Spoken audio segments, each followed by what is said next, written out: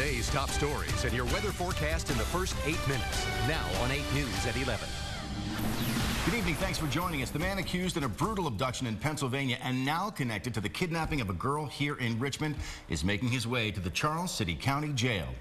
Thanks for joining us. I'm Juan Condi. And I'm Christina Farrick. The FBI says Delvin Barnes grabbed Carlisha Gaither off a Philadelphia street Sunday, then forced that screaming, struggling woman into his car. That was all caught on tape, according to authorities. Federal agents found them in Maryland on Wednesday. Tonight, Carlisha's safe with her family. Now, outstanding warrants for a kidnapping here in Central Virginia led to Barnes's capture. Claudia Rupsich is live in Charles City County tonight with the very latest for us. Claudia?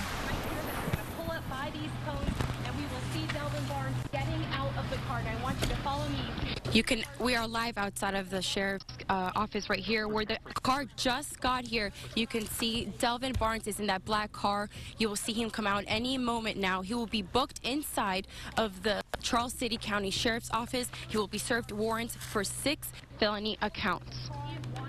Mr. Barnes, can you tell us anything about the victims? Do you have anything you want to say to the families?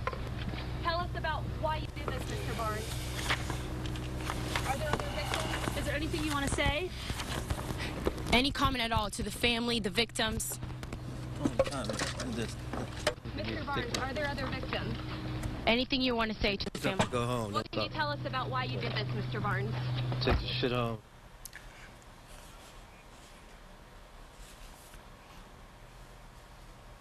Oh, that's what I'm gonna say. So, Delvin Barnes will be actually served 6 warrants for the charges. He is facing 6 charges here in relation to an abduction.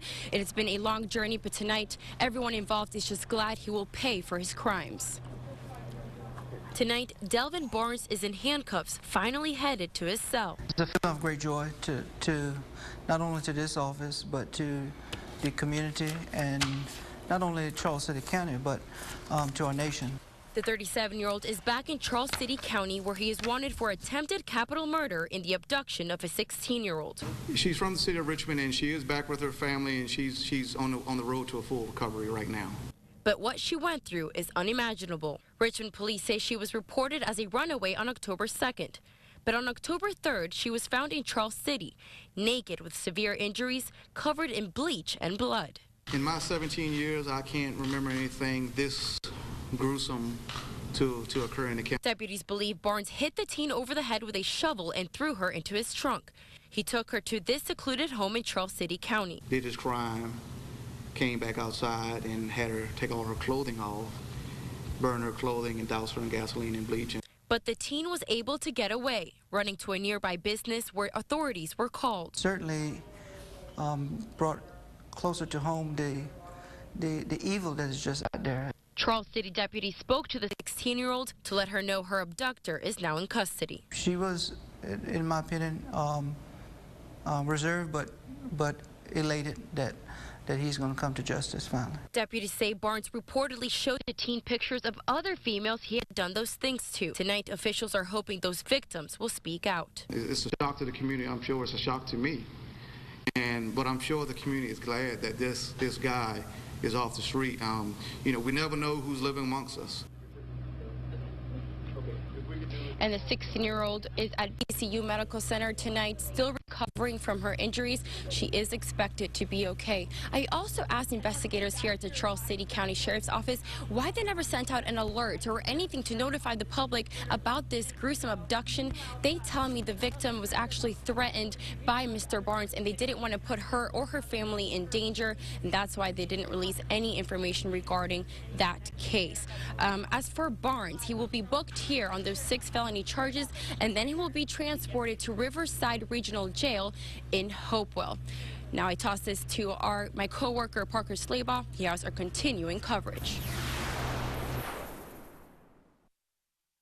Delvin Barnes, who is he? Well, his connections to Central Virginia run deep.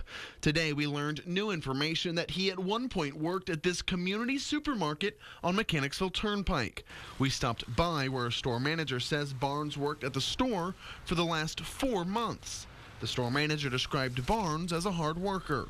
The manager says Barnes did not show up for work one day last week. That day, police officers showed up looking for him. We are also learning exactly how Barnes was busted. See the Virginia State inspection sticker on the front glass, and we're only one of the few states that has a sticker right in that same position. Sources say that car was then tracked back to this dealership on Midlothian Turnpike where Barnes had bought it. The Auto Connection had put a GPS tracking system in the car. Police used that tracking system to track Barnes down. Police say GPS systems like this are common. There might be a high risk of it being repoed in a later future date, so it makes it easier for them to find the vehicle and take possession of it. I reached out to the Auto Connection. Hey, Mr. D. Parker Slayball from Channel 8 News in Richmond, Virginia. How are you? A spokesperson told me by phone they are glad the woman is alive and that law enforcement did a great job.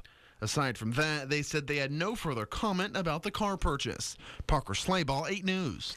Thank you, Parker. Thank you, Claudia. Delvin Barnes has a lengthy criminal past in both Virginia and in Pennsylvania. Philadelphia court records show Barnes' estranged wife had a protective order against him for abuse. He's served 3 prison terms in Pennsylvania.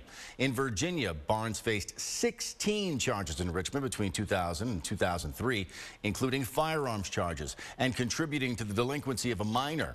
In August 2001, he was convicted of robbery and given a probation sentence.